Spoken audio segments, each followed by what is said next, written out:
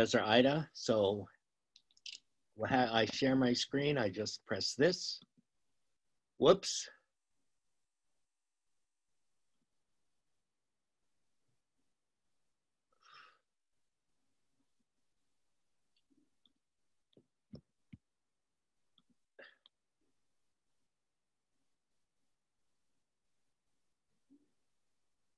Hello? Yes, can you? I can't see anybody. I don't know what's happening. Oh, hang on. Okay. Can you?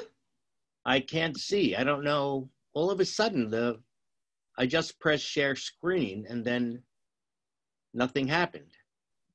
Oh, hang on a second. You have been put as a co-host. Okay. We've put you as co-host. So just press the share screens. Okay. And I can't even get the share screen. Really? You know, it's disappeared. Ah. Maybe I'll go back. Yes, just go back. Or go back. Mm-hmm. And I still don't get anything.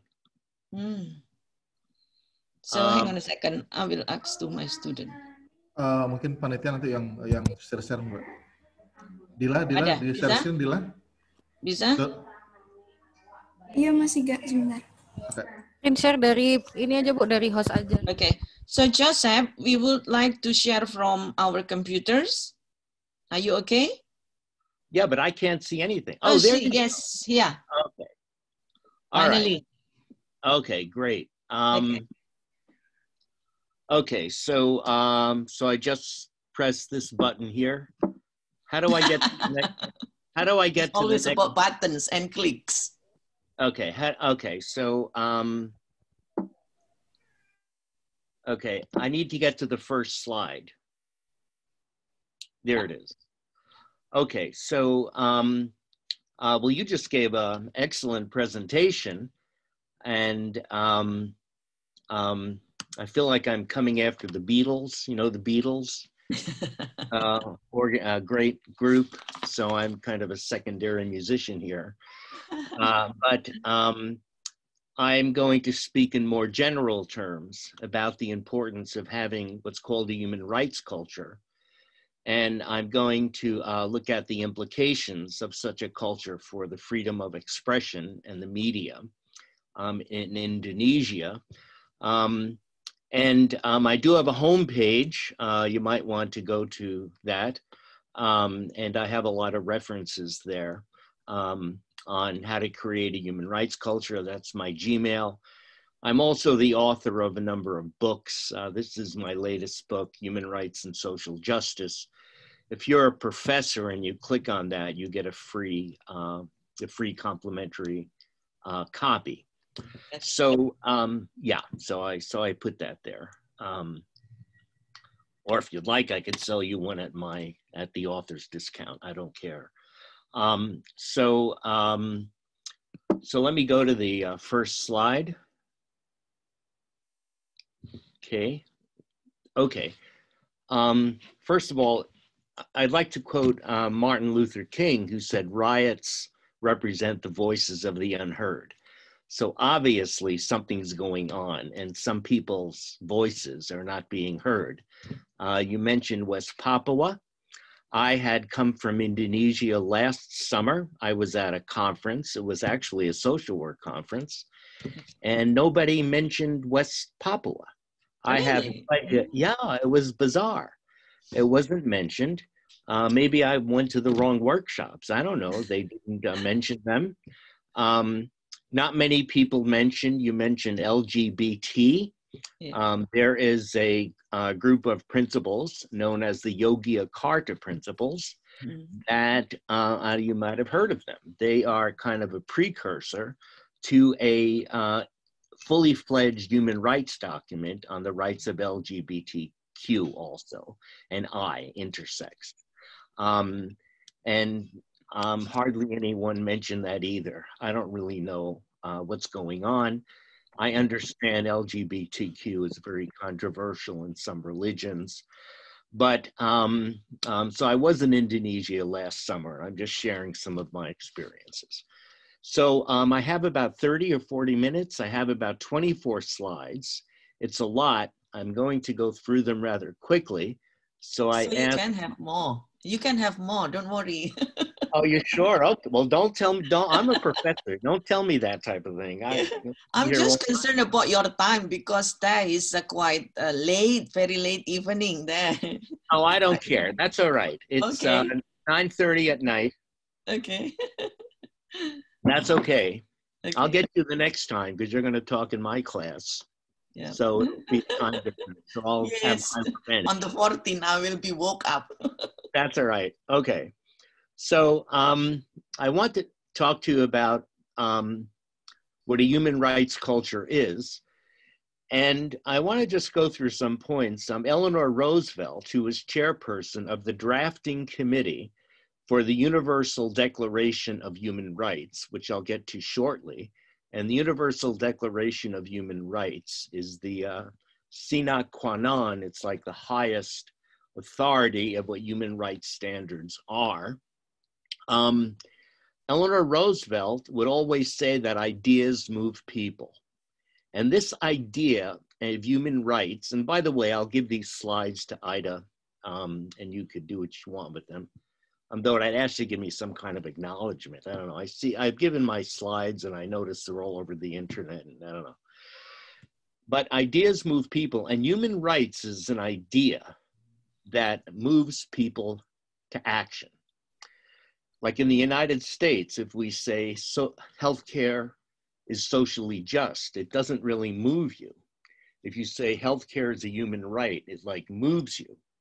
So we have to say freedom of speech is a human right. Freedom of expression is a human right. And it just kind of moves you. So where did this idea of human rights come about? It came about, first of all, there was a meeting in Evian, France, in 1938. And actually it was called by my country, the United States, and Franklin Roosevelt, in order to stop the abuses of Adolf Hitler. We heard about concentration camps and all these terrible things that he was doing to Jews, to gypsies. And they had a conference and they wanted to stop his abuses. But what happened at the conference was tremendous amount of government hypocrisy, which continues to this day. And I will talk to you about Indonesia's hypocrisy, but I'll also talk to you about my government's hypocrisy as we get going, okay? We all got it, okay? So I say this with humility. My government produces 55% of all the bombs in the world. And we had a President Eisenhower that said every bomb made is theft from the poor. So you could make the argument we're the biggest thief. You could make that argument, okay? So we got our problems. But I'll get to Indonesia later because you got your problems too. And we have to work in humble ways. So there was tremendous hypocrisy at the conference in Evian. The hypocrisy was basically Germany told the United States, don't talk to us about our concentration camps. You've committed genocide against Native Americans. You have public lynchings, sprawling ghettos. And they looked at France and said, you have torture in Algeria. And they looked at Russia and said, you had the Gulag and Soviet and concentration camps. Don't tell us what to do. The conference was a total failure. They had the horrors of World War II, an estimated 90 million were killed. And people came to the conclusion that domestic sovereignty just would not work. There must be international accountability. You cannot just government just shouldn't do whatever they want to do to their own people. People have to see what's going on. So what's going on in Indonesia now, what I saw this morning and all day, is the concern of all the world. And what's going on in my country with the death penalty, the highest COVID rate in the world, is the concern of the entire world. So international accountability is very, very important. This led to the whole human rights movement. What I want to say is that no government would dare say they are against human rights. So it's a very powerful idea and we'll talk about this, have a discussion, because I know my President Trump, I don't care if this is being recorded, I have academic freedom. I don't think he's much into human rights. My opinion, okay? Though sometimes he gives lip service, he has said that women that are pregnant and give birth should have wages, they should have reasonable wages, they should have maternity leave with pay. He has said healthcare is a human right. I don't want to get into that. But I don't know whether he does it or not. But there are some conservative people, Modi, one of your neighbors, Duterte in the Philippines, they're conservative. And people tell me, hey, look at Wronka, you know, there's such a conservative trend out there. How could you say no government would dare say they are against human rights?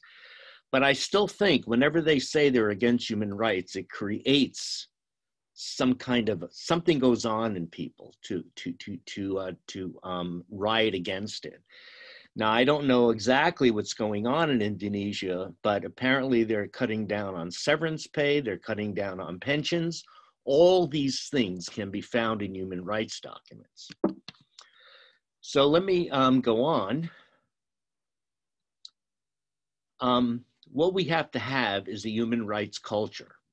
And the issue is, what is a human rights culture? A human rights culture, and if you're taking notes, we have 86 participants. I don't know how this is going to work.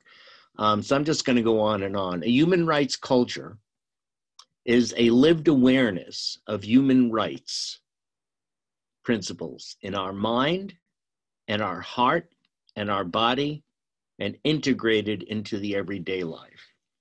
What do I mean by that? One of the basic principles of human rights is that people have a right to live in dignity. Living in poverty is not dignity. Having a job that doesn't pay anything is not dignity.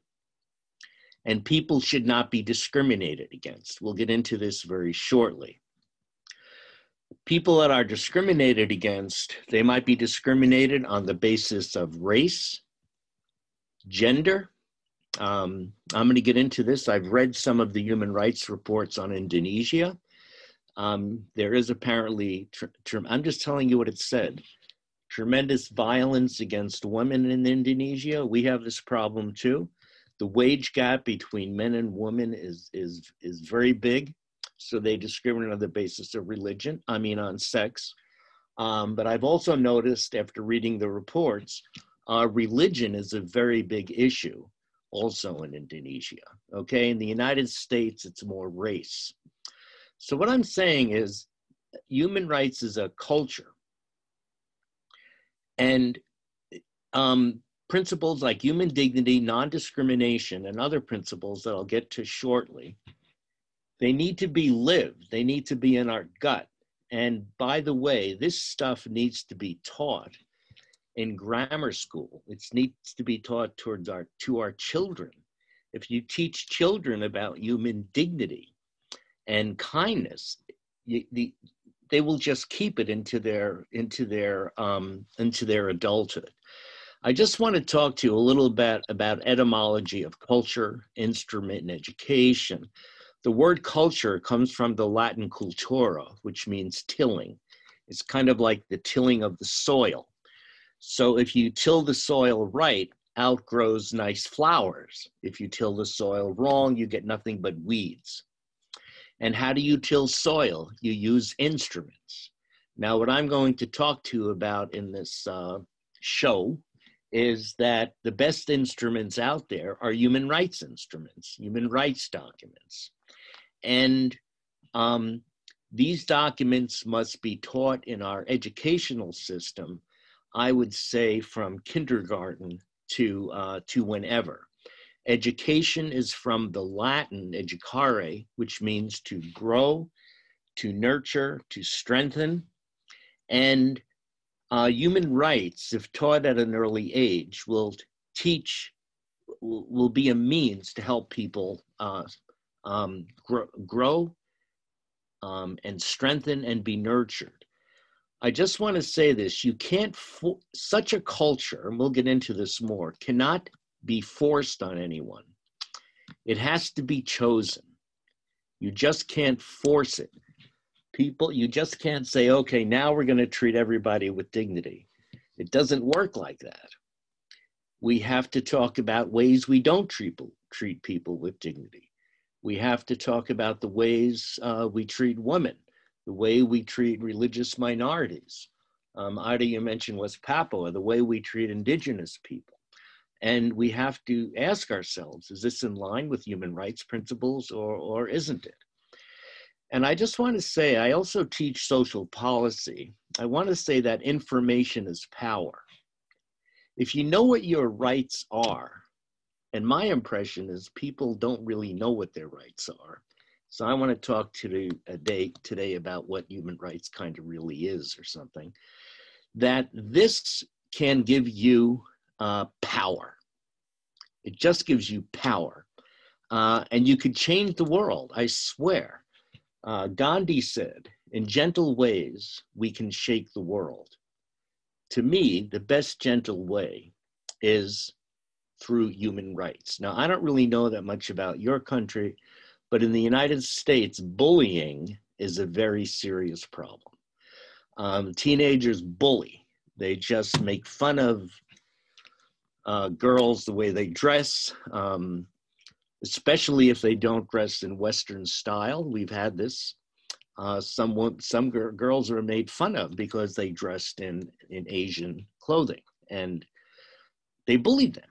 So, but in schools where they taught human rights at an early age to treat people with dignity, they stopped doing it. Information is power. That's very important. So I'm going to the next slide. Somehow it takes a while. Okay, here we go. So I am now going to summarize what human rights are, and I'm going to give you a whole semester course in a matter of 3 minutes. I have 24 slides, I don't know, maybe 2 minutes. Okay. Okay, are you all with me? Can anybody have any questions or comments? Are you with me? Okay, okay. Yes. So the Universal Declaration of Human Rights is the authoritative definition of human rights standards. And it has 5 crucial notions. I'm going to say what these notions are, and I'm going to give some examples. And remember, this was ratified, endorsed by the United Nations in 1948 with no dissent. We'll talk about this. The first notion is human dignity. And Article 1 says we have a duty to act in a spirit of brotherhood, and I would say sisterhood. Eleanor Roosevelt wanted non-sexist language, but I don't know, she got nixed. Nobody went for it. Now, the Universal Declaration is a philosophic historical legacy, and it's a religious legacy. Where does this come from? Largely, it came from the Judeo-Christian Islamic tradition. Of course, other religions had something to say with this, Hindus, for example, Buddhism. But by and large, and there's a Eurocentric quality to the UN, this is where it came from. You also had the US Declaration of Independence. Now, my audience is basically American, so this is what I emphasize. It's probably more complicated, but I just showed some select legacies. The other notion in the Universal Declaration is non-discrimination. You shouldn't discriminate on the basis of race. That's our problem. Can you see me? That's our problem, the United States. You've heard of George Floyd, Black Lives Matter. We have terrible issues. Color, skin, sex, language, religion. After I've been reading the reports on Indonesia, apparently religion is a very big issue there. I don't know, that's my impression. Political opinion, national or social origin, property. Property in the United States is a big deal. It's known as class.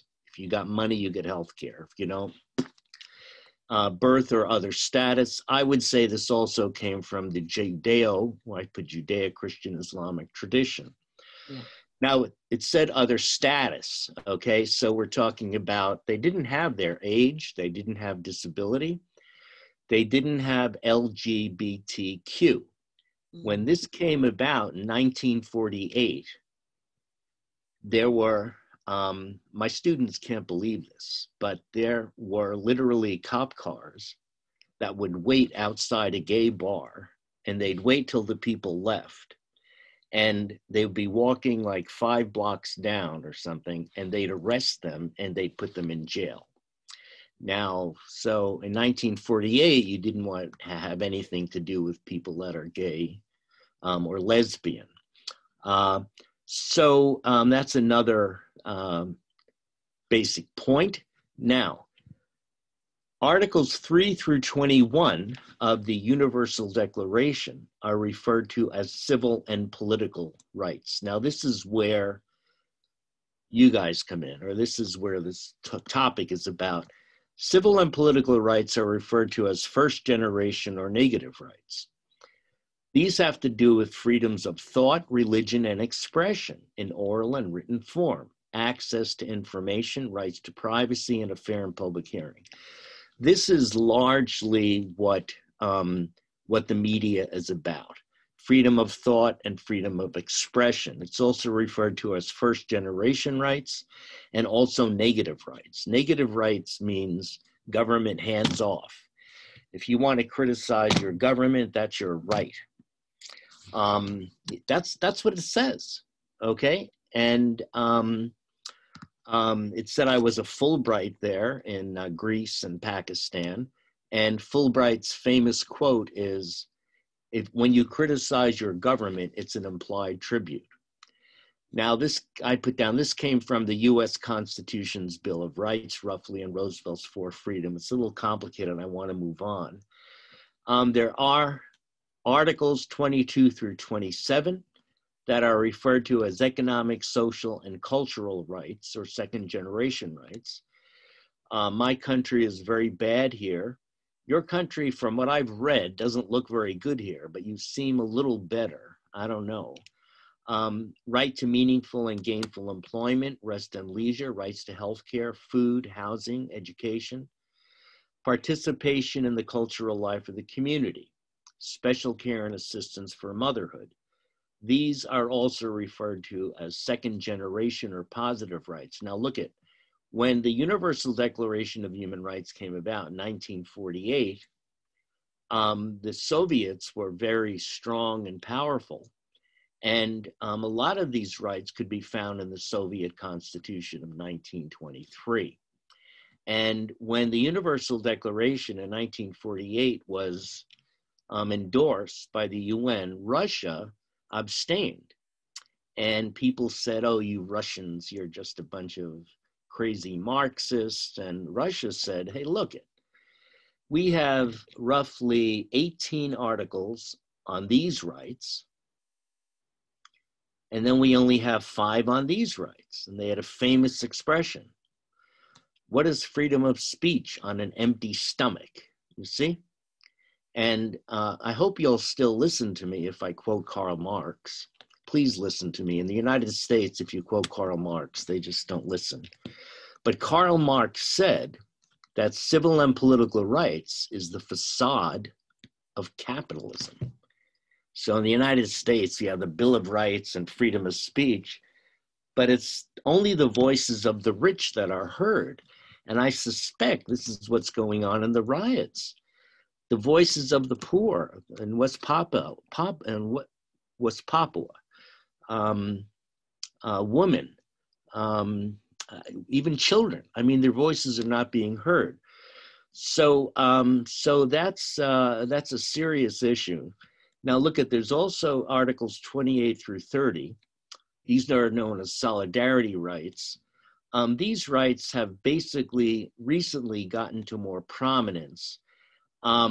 These rights, the right to self-determination, the right to peace, you mentioned Ida, self-determination. Self-determination of indigenous people is very important.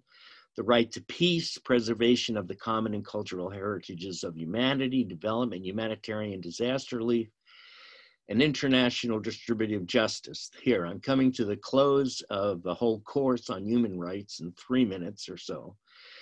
But basically what this says is everyone has a right so that their government cooperates with other governments to deal with issues that could only be solved through government cooperation.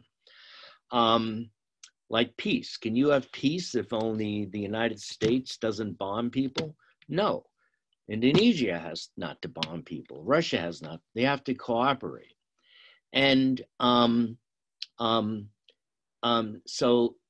not only peace, but also a clean environment. I don't know what's going on, but my country or my president seems to think that global warming isn't a reality. I lived in the Arctic for a number of years. I worked with Eskimos for a number of years. I lived there, and believe me, the Arctic is melting. I would ride, you get around, I'd go there, and all of a sudden, in the middle of January, it'd be melting, the sound. This was absurd. So look at, this is very, very important. And with COVID, people are coming to the realization that we are all very well connected. So that is 5 core notions of what human rights really are. Now, let me go on. Nota bene, that's Italian. It's international. My mother was Italian, if that means anything. Note well, rights are interdependent and indivisible. Remember I told you there's 5 sets of rights? They're interdependent. Look at, what is freedom of speech, which is first generation, to a person who is unemployed or homeless and lacks health care? I think it's meaningless. Or lives in a world at war. It's meaningless. But listen to me. I don't know about your educational system, but in my educational system, they would tell people that you can't have all these rights. You're just a utopian idealist. And humans are basically selfish. So I grew up thinking all these socialist thinkers, or even communist thinkers, but I mean, the Soviet Union was crazy, but that's besides the point, that they were utopians. They were just dreamers, and they were kind of idiots. I can't put my finger on it, but I didn't learn that all these things are possible. So when we talk about freedom of expression, we also have to talk about unemployment, homelessness, lack of health care. This is why people are rioting. The voices of the poor are just not being heard. And I put down here, and lives in a world at war.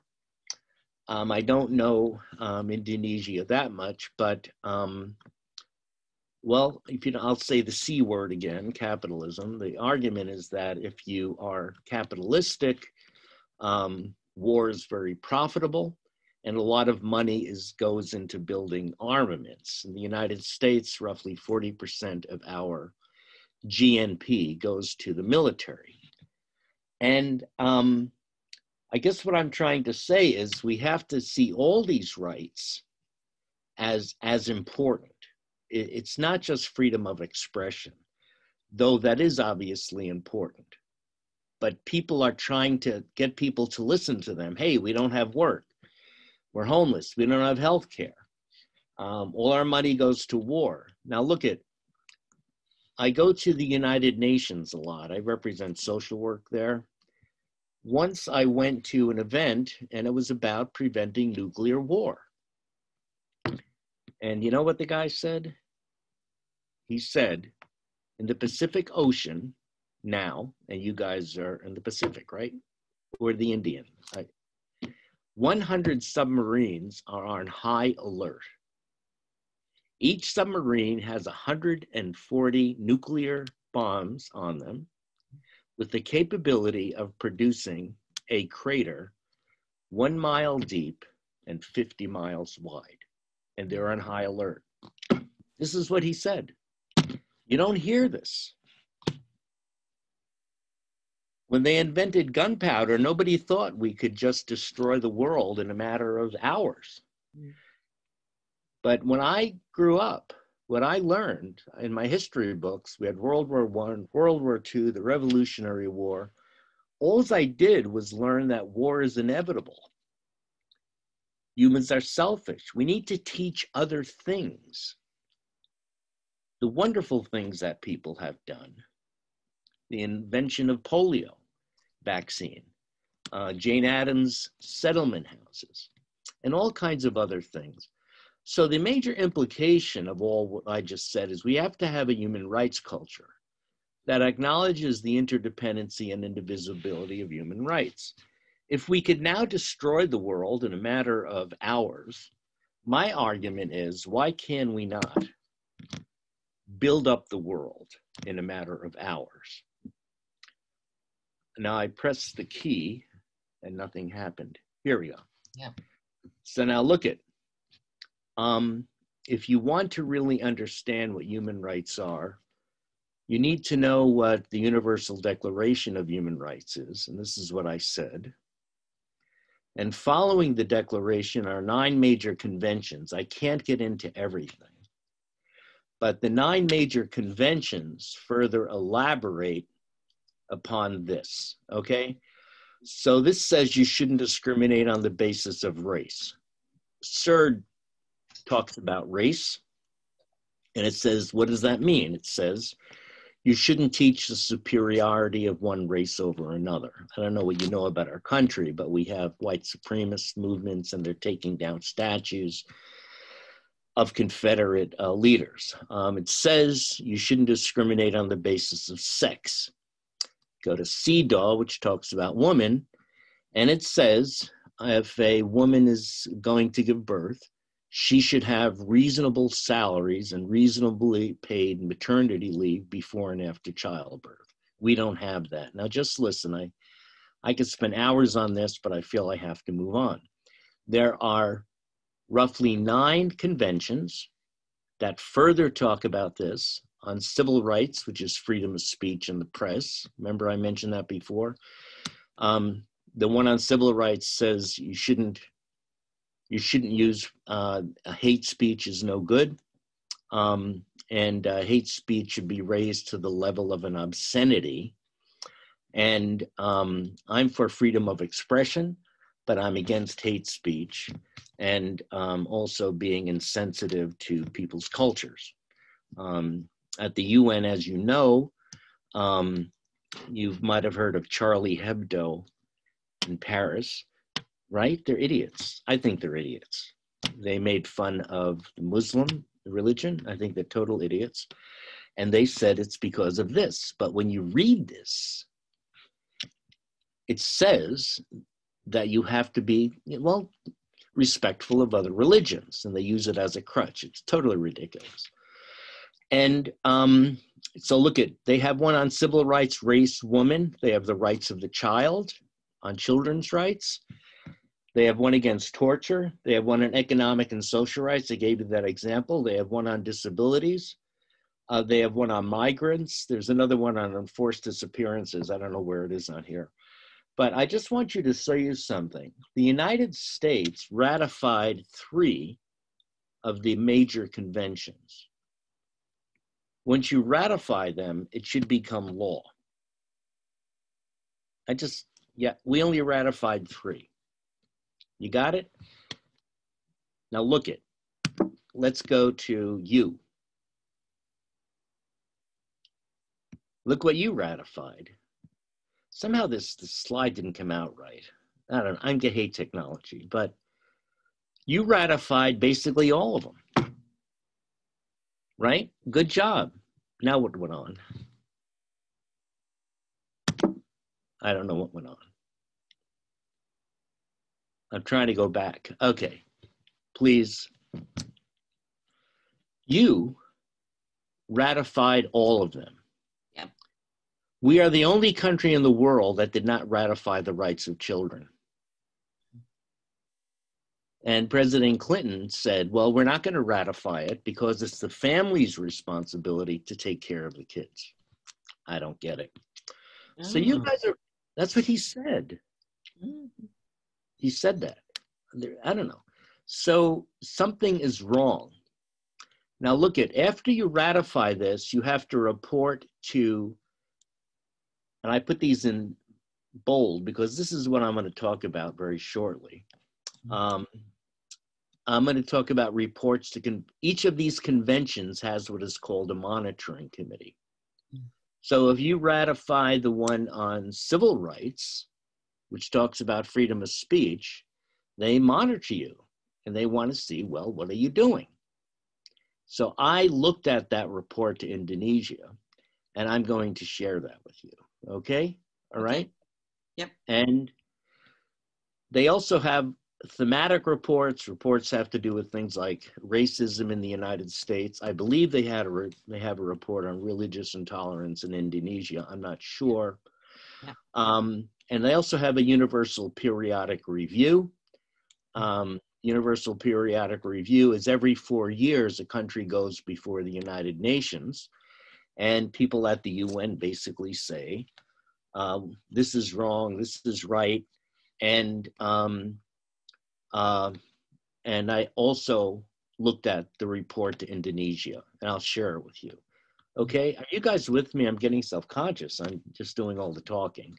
But after the after the presentation, you could ask me whatever you want. This is Then important. they have then they have special rapporteurs. They have a special rapporteur on poverty in the United States. Then they have world conferences with follow-ups. They had a world conference in Beijing in 1995, probably before you were born, Ida, you look so young. But it was 1995, and every 5 years they follow up. That was actually a good conference. It was in Beijing. Then they have NGO input where people also give input into these conferences. Now look at,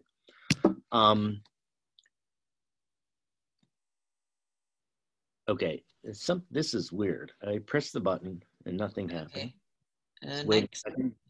Okay, now look, you want to look at implications. Look at, you view the entire human rights situation of Indonesia.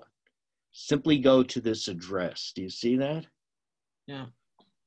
The Office of the High Commissioner of Human Rights. Simply go to that address. All right, and this is what I'd recommend for your country, or you can do whatever you want.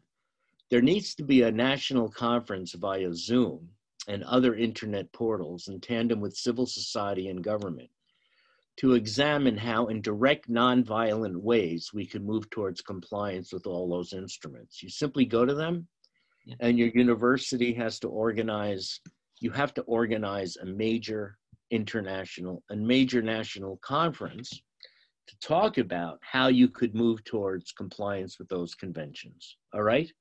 Okay? Okay. So that's what I would recommend.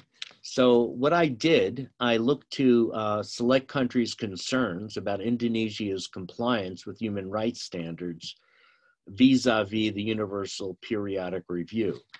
So I want you to know that every country goes before the Human Rights Commission, and the United States is coming up in November, and everybody is wondering what they're going to do. So I'm just going to talk to you about some of the concerns, and maybe you could think about having some kind of conference on this. That's what I'd recommend, and just talk about these, okay? So what are these concerns? Let's just go look. Okay, I got a lot here. So, and I'm talking about the country that basically said this. I simply went through it, and I tried to emphasize the media, all right? And, but I also threw in other things that I just put in arbitrarily because I think it's related. Remember, rights are interdependent. So the first thing they said is ensure, Norway says that's Indonesia needs to ensure that citizens can manifest their belief and adherence of all faiths, can fully enjoy their rights to health, education, and public service. I saw this throughout the report. Apparently, I'm just telling you what they said. Some religions, the indigenous people, do not have access to this. Adopt legislation to assure women and adolescents actual access to sexual health. You have a high maternity mortality rate in your hospitals. And then Ireland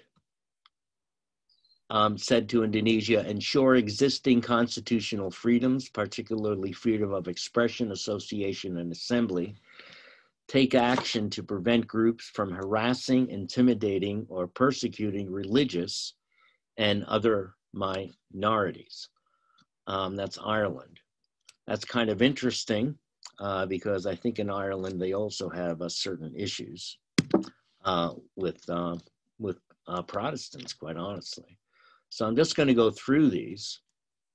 And again, this is sort of, it seems like we're putting Indonesia through the ringer here, but not really. We're just trying to see what's going on, the concerns that people had. And okay, I see. I got to tell someone yes. Okay, I see. I'm going, okay. All right, so I'm going to the next slide, please. Next slide. Next slide. Yep. Okay. Apparently in Indonesia, you need to make further legislative efforts in order to prevent tolerance and discrimination against religious minorities. This was shown constantly. The United States, of course, has its problems. Now look at, by the way, I didn't mention, at the bottom of this is the word supported. In other words, Indonesia's government supported that. You know, Slovakia, you got a major point. We support it. Trafficking in all its forms as part of the Bali process must stop.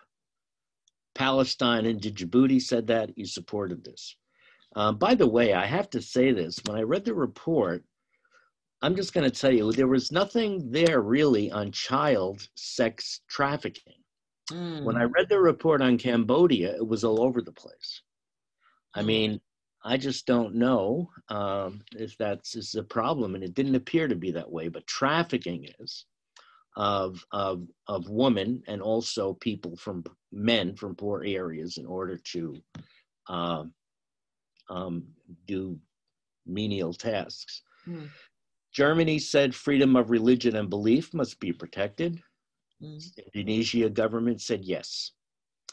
There must be full enjoyment to freedom of religion, including religious minorities. This is a basic issue, apparently. That was brought up by Korea, Switzerland, Canada, New Zealand, and your government said yes. Next slide, please.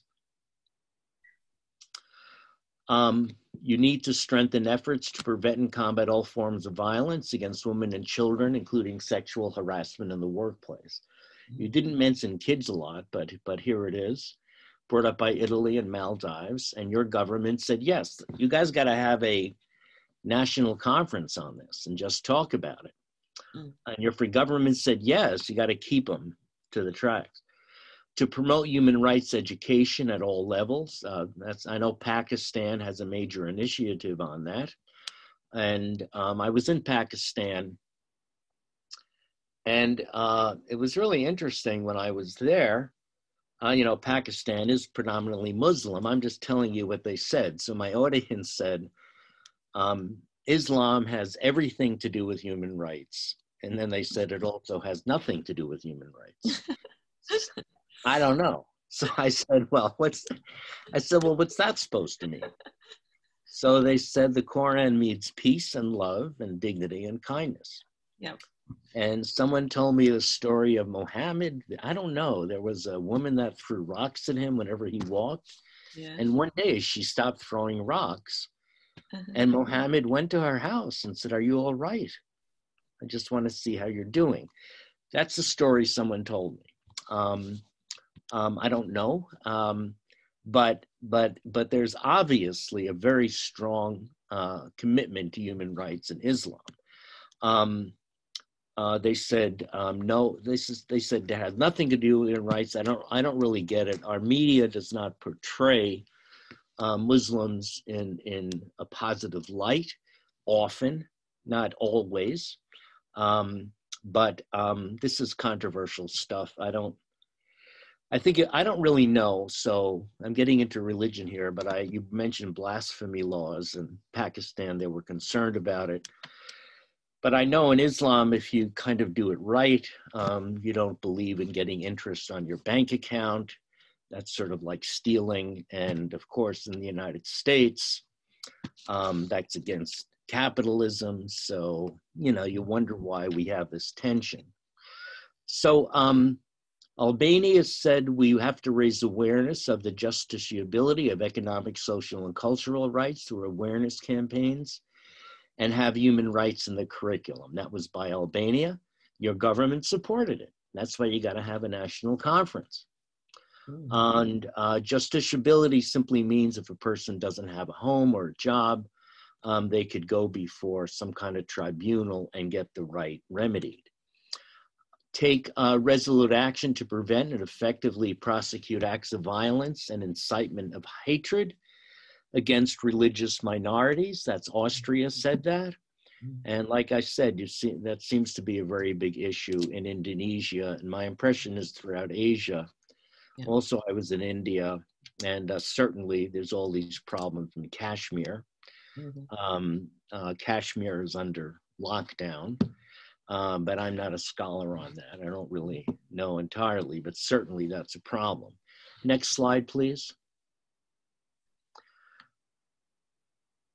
Okay, that's the next slide. We didn't miss any? Okay, so the UN told Indonesia that there are a lot of rights and obligations in Papua that need to be protected. There needs to be freedom of assembly, freedom of the press, and rights of women and minorities. Whatever is going on in West Papua, it seems pretty bad. We have the same problems in our country. We have Indian reservations. They used to be prisoners of war camps. They have like 80% alcoholism rate. What else? But it's alcoholism because they're just not used to European drugs or something. And intensify efforts for affordable and accessible birth registration. And by the way, your government says we agree. Your government, they agree. We got problems. It's great. And then put an end to corporal violence in the schools, Panama. Apparently you still hit the kids. I don't know. I went to Catholic school. We used to get the paddle. They used to hit us. None would come along with the ruler, and I don't know. And then now this is all related to freedom of speech and expression. If you just concentrate on that, which is important, there's other issues, and I think they're all related, and you have to sort of hash this out. The Human Rights Council told Indonesia you should eliminate FGM. You know what FGM is? Yes, female genital mutilations. I just released my books on that. You wrote books on that? Yes. Well, Two books about that because I'm concerned about that. I received an award from the Asia Research Foundations from Ford Foundations to studying about female genital mutilations, and my book just released last years talking about that. And so the practice still happens in part of islands close to my hometowns in Surabaya. So thank you for letting me know. You're so modest. I will put that in my curriculum and send me a link. I could order it for a library. FGM is a serious problem. Yep. And early marriage and worse forms of child labor. Yeah. It's a very serious issue, but it's complicated. It's complicated. Like I tell my students, just let me finish, all right? All right? I mean, I'm against FGM. I believe in zero tolerance, but you have to have, correct me, you have to have some kind of humility here. Because in the West, we drop atom bombs on people. Yeah. We have concentration camps. My country is engaging in 10 wars now. I don't know. So we have to have certain humility. Plus, FGM might be a way to get a husband. I'm just telling you, in our country, the New York Times had a series of articles saying how wearing tight jeans for women causes kidney problems. That's what it said. It did in the New York Times. So that's how a way to get a husband is kind of hypocrisy. Do you see what I mean? I'm telling you, we could probably have a big discussion on this sometime. So maybe when you're talking, Michael, that's what it said. So I don't know. But I personally believe in zero tolerance. I'm for religion, obviously, but if the practice is inimical to one's health, there's a serious problem. Yeah. What do you connecting you're the expert. What? No, FGM in Indonesia is connecting to religious things, so the cultural tradition, cultures. Yeah, I know. I know. But in the United States, you might remember we invaded Somalia. And in Somalia, 95% of the girls undergo FGM. I never heard of it until we invaded Somalia. They wanted to get public, public sentiment behind the invasion. Complicated stuff. But your government supports doing away with FGM and ensure a safe and enabling environment for human rights defenders, particular LGBT, I or Q. I is intersexed, 1 out of 2,000 people are born with ambiguous genitalia, and also the adept communities. I don't know, I think it's an indigenous community. Norway did that. Your government supported it. Let's go to the next slide. And then France and Iraq, they told Indonesia that you have to facilitate the rights of human rights defenders and journalists. And your government said, yeah, you're right on. Whether they do it or not, and this is a whole point, that these human rights instruments, people say it's just a bunch of words. So they supported that. Now look at, in the report, Armenia said that Indonesia needs to ratify the Convention on the Prevention and Punishment of Genocide. Noted. In other words, they didn't support it. I don't really know what under the Suharto regime. I know in the United States, they have films on Netflix. Yeah. You have Netflix over? Did you see that film? Yeah. Mm-hmm. Why aren't they putting these people in jail? Yeah. There was a guy, he said he would torture people. Yeah. And he's not in prison? I don't know what's going on. I don't know. If yes, it's the issue of genocide is actually related to the 1965 when the New Order governments did that on the Communist Party. So that things, and then still up to now the problem hasn't been resolved yet. Yes, is very, very under it at the bottom, the bottoms of the. Okay, so there it is. Your government apparently is very reluctant. Yeah. Let's go on. You should, Mexico said you should extend an invitation to the special rapporteur, I mentioned that earlier, on the rights of indigenous peoples to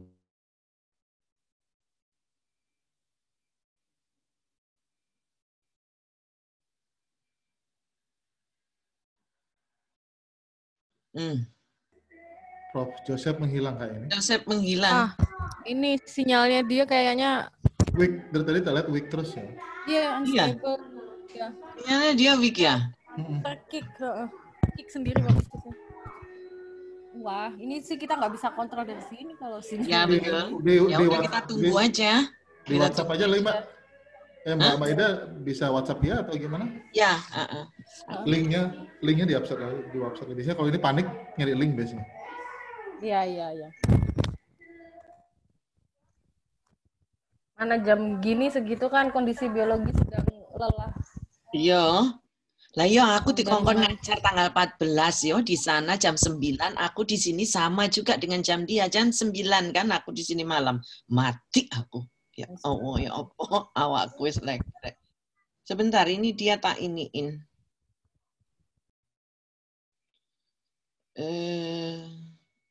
Iya kayaknya dia punya problem sama itu.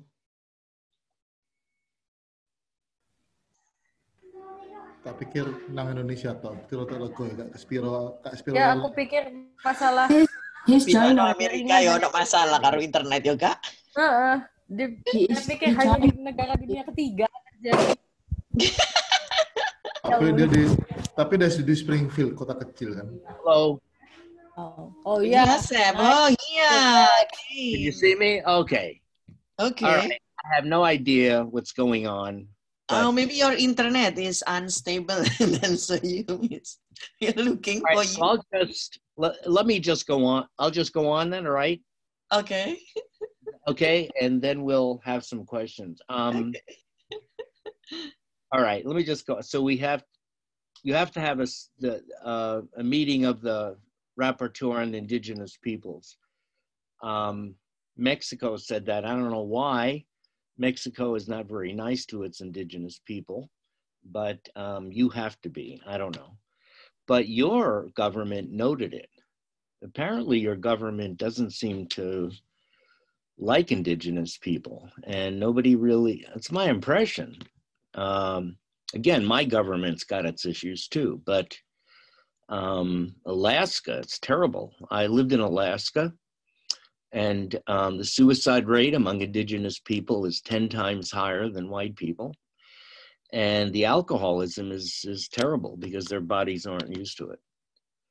Okay, so I'll go on. It said, put in a national policy to ensure the rights of lesbian, gay,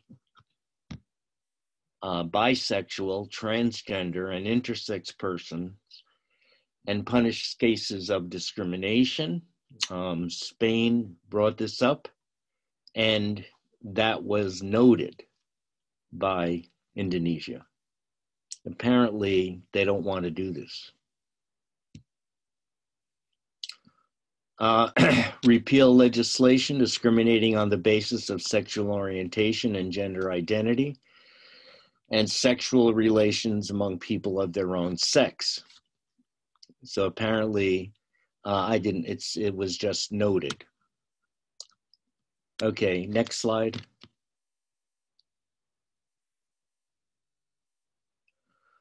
You should have a moratorium on executions. You still have the death penalty. They noted that. And end prosecution for exercising freedom of religion and expression. Is that true? Is it? I don't know. I'm just saying, that was my country. Yeah. I must admit, in the United States, freedom of religion and expression is very important. We escaped, many of us, it was founded by many of us who escaped the religious wars in Europe. So we came here and we killed the indigenous people, but that's besides the point, I guess. So we brought that up. I must admit, on behalf of my country, when I was at the UN, I saw the United States challenge other countries that had blasphemy laws. So I don't know if I said this, I know it's being recorded. Maybe I'm not going to be allowed to ever go to Indonesia, but on behalf of my country, they did challenge them. So it's something to think about. Sweden said we need to introduce legislation to repeal the blasphemy law of 1965. Yeah. Your government noted that. You didn't agree. Yeah. revoke laws that limit the rights to freedom of thought, conscience, and religion. That was Denmark and your countries. It's okay. Well, they noted it.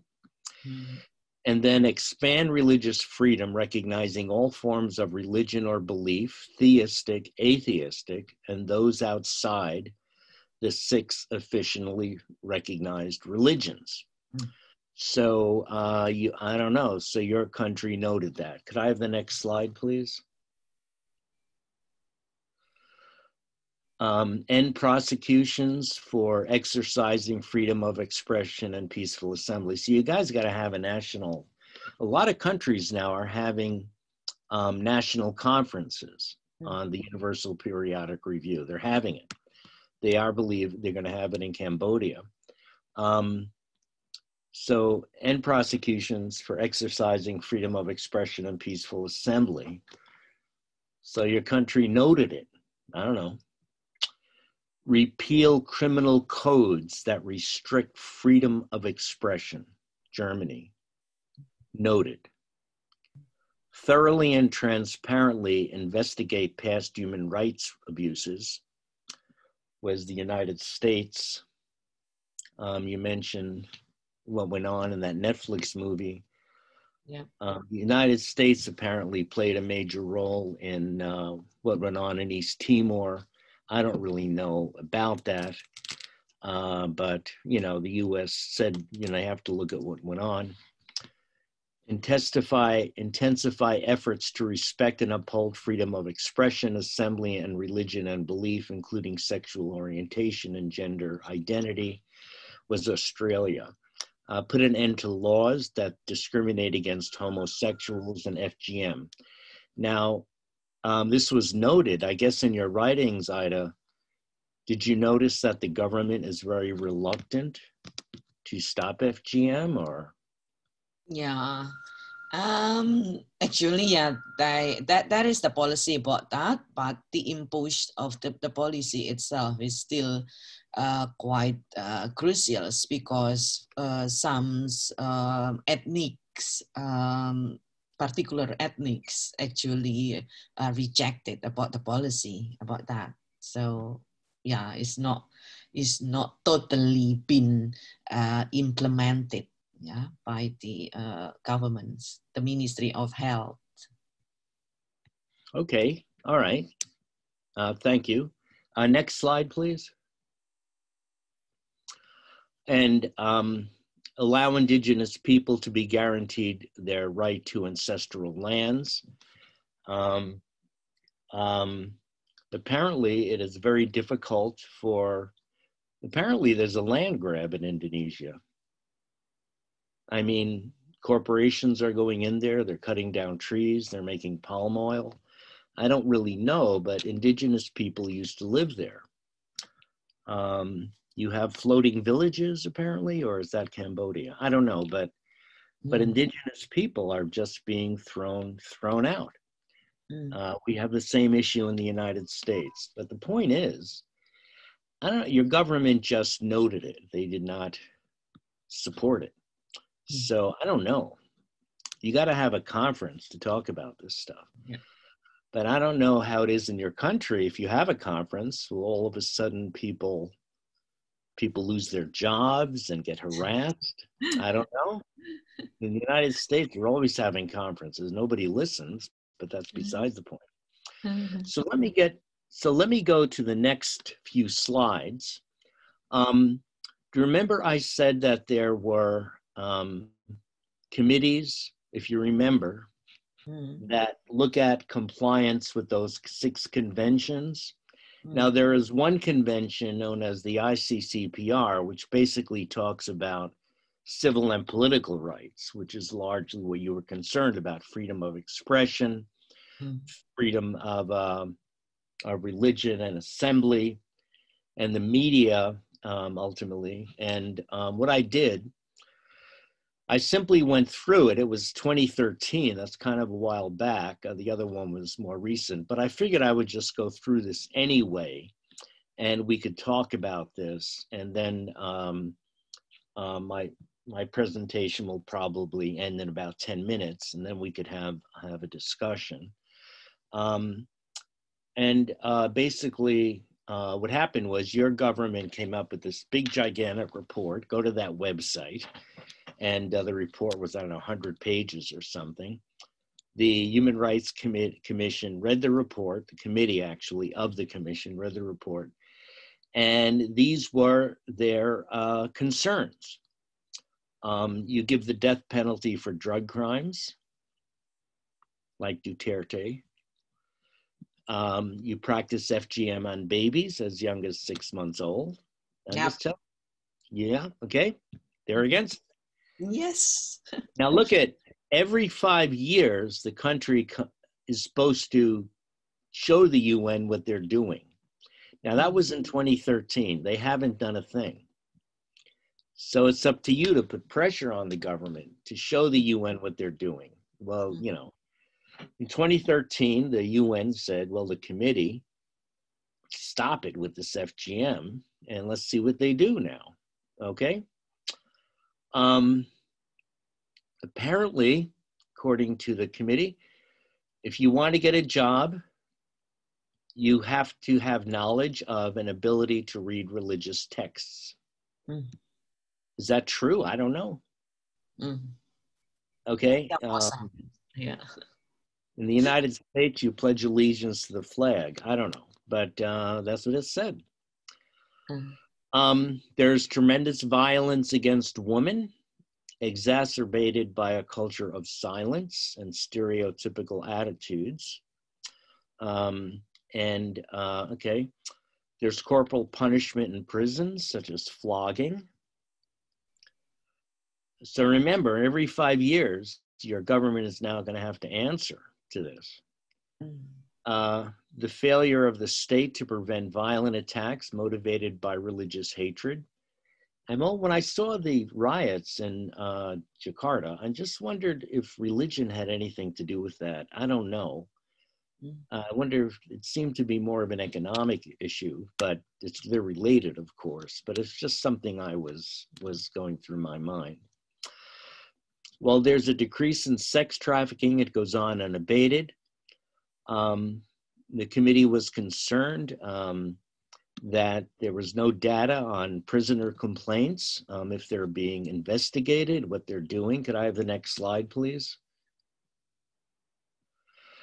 You have a law on mass organizations that introduced undue restrictions on freedoms of association, expression, and religion, and onerous requirements for registration. In other words, if you have an organization, I don't know, that wants to do away with FGM, it's almost impossible to register it. That's what it says. There is undue restriction of freedom of religion and expression among minorities, such as the Ahmadiyya. I don't really know. Yeah. I don't know. All right. And there's reports of persecution of Shia and Christians. Concerns that the state party does not intend to provide students in schools with a choice among religions or the possibility to avoid religious education altogether. That's what they said. Okay. Freedom of thought, conscience, and religion means the right to accept or reject religious teaching. So that's what they said. Now, the UN is not perfect. It's very Eurocentric, you know, so it's kind of a secular organization. So even though the UN says it, it doesn't mean they're divine or it's divinely inspired. The point is this needs to be up for debate and discussion. Can I have the next slide, please? And there are undue restrictions of freedom of expression and assembly by the protesters in West Papua. So that pretty much ends the presentation. And what I want is basically people to discuss this. And yeah, that's basically it. I should have put a slide up there by the indigenous spiritual leader of the Lakota Sioux. His name is Crazy Horse. I should have put that slide up. Crazy Horse was an indigenous leader, a Sioux, and he was a spiritual leader. And there's a thing in the United States known as the spirit of Crazy Horse, which is peace, humility, and everlasting love. And that's basically what this is all about. So that's what I had to say. And I wondered if anyone has any comments or questions or anything that you would like to bring up.